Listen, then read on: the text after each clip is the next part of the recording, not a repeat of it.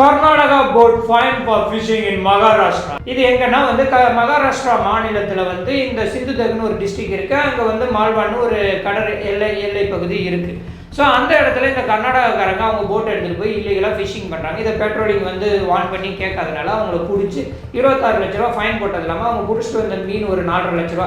So அதையும் எடுத்துக்கிட்டாங்க. இதுலேருந்து நமக்கு என்ன தெரியுதுன்னா, ஒரு நாட்டில் ஒரு மாநிலம் விட்டு மாநிலம் வந்து நம்ம எல்லை மீறி போய் மீன் பிடிக்க போனால் ஃபைன் போடுவாங்க, பிடிப்பாங்க. அப்புறம் எப்படி நம்ம வந்து இங்கே நாடு விட்டு நாடு தாண்டி போய் இந்த இலங்கை எல்லைக்குள்ளே போய் நம்ம பிடிக்க முடியும்? ஏன் ஈவன் நம்ம ஈஸியாரில் இருக்கிற ஒரு குப்பம் மட்டும் இன்னொரு குப்பத்துக்குள்ளே நீங்கள் மீன் பிடிக்க போனாவே சண்டை வரும். ஸோ இது தெரியாமல் இந்த வந்து கச்சத்தீவை மீட்டெடுக்கிற மீனவர்களுக்காக வாய்ஸ் கொடுக்குறேன்னு இந்த அரசாங்கம் பிஜேபியாக இருக்கட்டும், டிஎம்கேவாக இருக்கட்டும், சீமானா இருக்கட்டும், ஏன் இப்போ புதுசாக கட்சி ஆரம்பிச்சிருக்கிறாரு நடிகர் விஜய், அவர் மீனவர்களுக்கு நான் வாய்ஸ் கொடுப்பேன் அப்படின்னு இதெல்லாம் வந்து அரசியல் ஏமாற்ற வேலை. இதை யாரும் நம்பாதீங்க. பெட்டர் வந்து யாரும் எல்லை விட்டு எல்லை மீறி போய் மீன் பிடிக்காதீங்க.